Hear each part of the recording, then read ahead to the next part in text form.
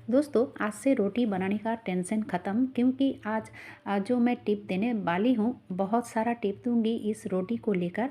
Hello दोस्तों, welcome back मेरे channel पे। हर दिन की तरह आप सबका स्वागत है। चलिए अब देख लेते हैं रोटी बनाने का बहुत सारा टिप।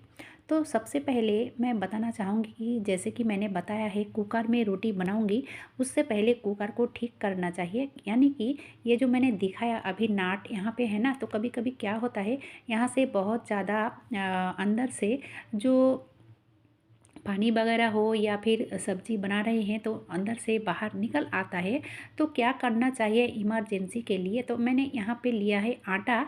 तो आटा को इस तरह से, जैसे कि एक लोई होती है ना, तो छोटा वाला लिया है, यानी कि थोड़ा सा लिया है, और इस तरह से जो नाट है अंदर की उसको फिक्स्ड कर देनी है, यानी कि कवर कर देनी है। तब देखोगे अंदर से और कुछ भी बाहर नहीं आएगा।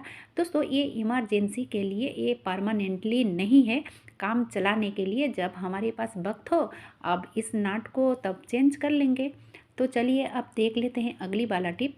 तो अगली वाला टिप हो कि इस रोटी को ही लेकर, क्योंकि ये रोटी बासी है, यानी कि रात को बनाया था और सुबह को आप देख सकते हो बहुत ही टाइट हो चुका है, यानी कि सख्त हो गया है। तो कैसे क्या करें, कैसे गरम करें कि इसको एकदम से लगे कि अभी अभी रोटी बनाया है। क्योंकि अगर हम इसको तवे पे गरम करते हैं तो इसकी जो टेस्ट होती है ना, थोड़ा बिगड़ जाता है अगर हम तवे पे गरम करते हैं तो। और इस तरह से अगर गरम करोगे, मैं जिस तरह से कर रही हूँ, तो यहाँ पे मैंने लिया है एक टिफ़िन बाटी और इस टिफ़िन के अंदर रोटी को डाल दिया। अब इस टिफ़िन को कहाँ कैसे गरम करनी है, तो कुकर के अंदर मैं इसको गरम करने वाली हूँ।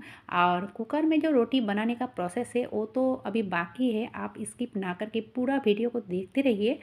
तो यहाँ पे मैंने लिया है 1 गिलास करीब पानी। ज़्यादा लेने की कोई ज़रूरत नहीं है, आधा गिलास दोगे तब भी चलेगा। अब दे दिया मैंने स्टैंड। स्टैंड नहीं देने से भी चलेगा, क्योंकि पानी ज़्यादा नहीं है। तो अगर स्टैंड दे देते हो ना तो ये टिफ़िन हिलेगा नहीं, इसीलिए मैंने स्टैंड दे दिया है। अब इसको ढक्कन लगा दिया। ढक्कन लगाने के बाद एक ही सीटी देनी है।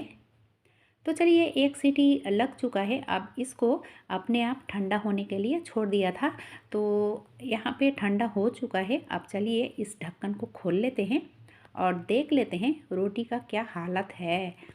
तो दोस्तों अब टिफ़िन को निकालने के लिए कपड़े की ज़रूरत पड़ेगी, यानी कि टॉवल की ज़रूरत पड़ेगी। दोस्तों हाथ नहीं देना चाहिए, नहीं तो जल जाएगा। तो अब टिफ़िन को मैंने निकाल लिया है। अब खोल के दिखा रही हूँ कि कैसे गर्म हुआ है। तो आपको यकीन नहीं आएगा, यानी कि यकीन नहीं होगा। आप नहीं करोगे तो नहीं समझ पाओगे दोस्तों। और जो लोग पहले से करते हो ज़रूर हमें कमेंट बॉक्स में कमेंट करके बता देना। बहुत ही बढ़िया टिप है दोस्तों, लग रहा है कि अभी अभी इस रोटी को मैंने बनाया है। ये टिप आप ज़रूर आजमा कर देख सकते हो। चलिए देख लेते हैं रोटी का अगली वाला टिप। दोस्तों हम सब हाउसवाइफ हैं, इसका मतलब ये नहीं कि हमारे पास हर काम परफेक्ट होगा। नहीं दोस्तों, जैसे कि आप देख सकते हो मैंने रोटी बनाया और थोड़ा आटा ज़्यादा हो गया था, तो मैंने इसको फ्रीज में रख दिया था दोस्तों। तो फ्रीज में रख देने के बाद जब हम इसको यूज़ करते हैं ना दूसरे टाइम, तो ये बहुत ही टाइट हो जाता है। और अभी तो ठंड का मौसम है, बहुत ज़्यादा टाइट हो जाता है। तो इसको कैसे नॉर्मल में लाया जाए, तो ये देखिए दोस्तों, कुछ इस तरह से हॉटपॉट के अंदर मैंने पानी डाल दिया है, बहुत ज़्यादा गर्म पानी डाल दिया है। और इसको सिर्फ 5 मिनट ही रखना है। देखो कि 5 मिनट में ही ये नॉर्मल हो जाएगा, यानी कि लगेगा कि इस आटा को अभी अभी गूंदा है। कि अगर हम इस आटे को फ्रिज से निकालने के बाद ऐसे ही छोड़ देंगे ना, तो आधा घंटा से भी ज़्यादा लग जाएगा नॉर्मल होने के लिए। तो आप अगर इस तरह से गर्म पानी में इस तरह से ढक के रखोगे ना, तो 5 मिनट में ही ये तैयार हो जाएगा। और चलिए अब उसी आटा का मैं रोटी बना के दिखा रही हूँ। एकदम से लगेगा कि अभी अभी इसको आटा को तैयार किया है, और रोटी भी ऐसा ही फूलेगा। तो ये टिप ज़रूर आजमा कर देख सकते हो, बहुत ही बढ़िया टिप है दोस्तों। चलिए अब देख लेते हैं रोटी का अगली वाला टिप।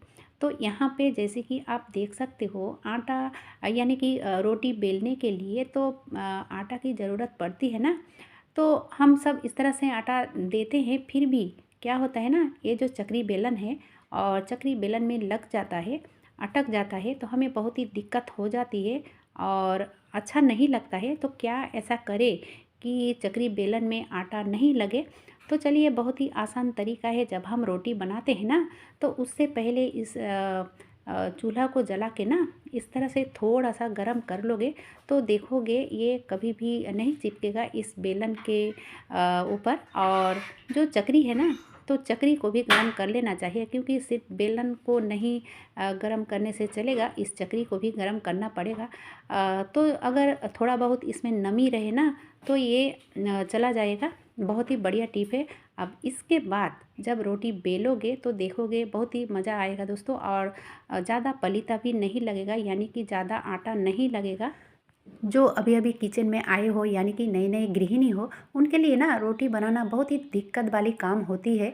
तो ये अगर टिप आप फॉलो करते हो तो बहुत आसान हो जाती है, क्योंकि छोटे छोटे जो टिप्स होती ना, अगर हम छोटे छोटे टिप्स को फॉलो करके काम करें तो काम बहुत ही ज़्यादा आसान हो जाती है। तो ये देखिए दोस्तों, रोटी बेलना तो हो गया है। अब चलिए कुकर में रोटी सेकने का तरीका, और क्यों सेके और कैसे सेके, तो बहुत ही आसान तरीका है दोस्तों। कभी कभी क्या होता है ना, बच्चे बाहर रहते हैं या फिर तंदूरी रोटी खाने का मन कर रहा है, तो इस तरह से ना कुकर में आप रोटी सेक सकते हो। तो पहले मैंने देख लिया कि कुकर ठीक से गर्म हुआ है कि नहीं, थोड़ा एक बूंद पानी डाल के देख लिया है दोस्तों। अब उसके बाद रोटी यहाँ पे सेकना शुरू कर दिया है, जैसे हम तवा पे सेकते हैं ना, ठीक उसी तरह से ही रोटी इसमें सेकना आसानी से बन जाता है। तो ये क्या है कि तंदूरी रोटी खाने का मन करे तो ये इस तरह से अगर करेंगे तो परफेक्ट नहीं होने से भी थोड़ा सा भी हमें तंदूरी रोटी का टेस्ट मिलेगा। बहुत ही बढ़िया ये आइडिया है, आप करके देखोगे तो समझ में आ जाएगा। और दूसरी क्या है कि बच्चे हो या फिर कोई भी काम के बारे में बाहर रहते हैं, या फिर पढ़ाई के बारे में, तो हर कोई चीज़ तो साथ में नहीं लेकर जाते हैं ना। तो अगर तवा ना हो, अगर कुकर हो, तो कुकर की मदद से इस तरह से आप रोटी बना सकते हो। बहुत ही आसान तरीका है। और ये जो अंदर वाली है, ये कुछ नहीं होगा, एकदम से ठीक ठाक रहेगा, यानी कि डरने की कोई बात नहीं है। अब बहुत ही आसानी से आप कुकर में रोटी बना सकते हो। चलिए अब देख लेते हैं अगली वाला टिप। तो ये टिप बहुत ही ज़बरदस्त होने वाला है, क्योंकि हम बिना पानी के अगर खाना बनाते हैं तो ये तो टेस्टी बनेगा ही, साथों साथ गैस की भी बचत होगी। तो ये देखिए दोस्तों, मैं बनाऊंगी टमाटर की चटनी, और दाल बॉईल करूंगी, और आलू को भी बॉईल करनी है। तो अब कुकर में बिना पानी की कैसे करें, तो ये देखिए दोस्तों, बहुत ही आसान तरीका है। दाल के लिए तो टिफ़िन ज़रूरी है, क्योंकि दाल के अंदर पानी डालना है, इस टिफ़िन के अंदर, सॉरी दोस्तों, टिफ़िन के अंदर पानी डालना है। तो मैंने जितना दाल लिया है ना, उससे डबल पानी डाल दिया है। अब टिफ़िन को अच्छे से बंद कर लिया। अब देखिए उसके अंदर मैं टमाटर दिया है, और टमाटर और आलू को ना मैं ऐसे ही दे दिया है। आप अगर चाहो तो उसको भी कटोरी में दे सकते हो, ढको या ना ढको कोई दिक्कत नहीं है। दाल और आलू को कटोरी में दोगे तो ज़्यादा अच्छा रहेगा। आप एक गीला कपड़ा, यानी कि कॉटन का कपड़ा ना डबल करके मैं इसके अंदर डाल दिया है, गीला करके, ज़रूर दोस्तों गीला करके ऊपर से मैंने डाल दिया है। अब जिस तरह से हम लोग कुकर में सीटी देते हैं इन सब चीज़ों को बॉईल करने के लिए, उसी तरह से मैं 3-4 सीटी दे दिया है।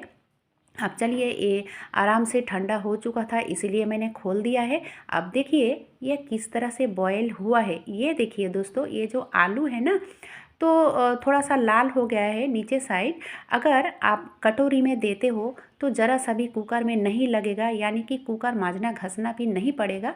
बहुत ही बढ़िया टिप है दोस्तों। ये जो चटनी बनाने के लिए मैंने टमाटर दिया था, मैं चटनी बना के भी दिखाऊंगी। और ये दाल बहुत ही बढ़िया से गल चुका है। बहुत ही अच्छा ये टिप है। इस तरह से आप बॉईल कर सकते हो बिना पानी के भी। तो इस तरह से ट्राई करके देख सकते हो, कोई दिक्कत नहीं होगी। कैसा लगा दोस्तों आज का ये कुकर वाला टिप? अगर अच्छा लगा है तो एक लाइक ज़रूर दे देना, और साथ ही साथ सब्सक्राइब भी कर लेना, ताकि हर दिन की नोटिफिकेशन आप तक सबसे पहले पहुंच जाए। तो आज के लिए बस इतना ही, फिर कल मिलूँगी। इतने समय तक मेरी वीडियो को देखने के लिए बहुत बहुत धन्यवाद।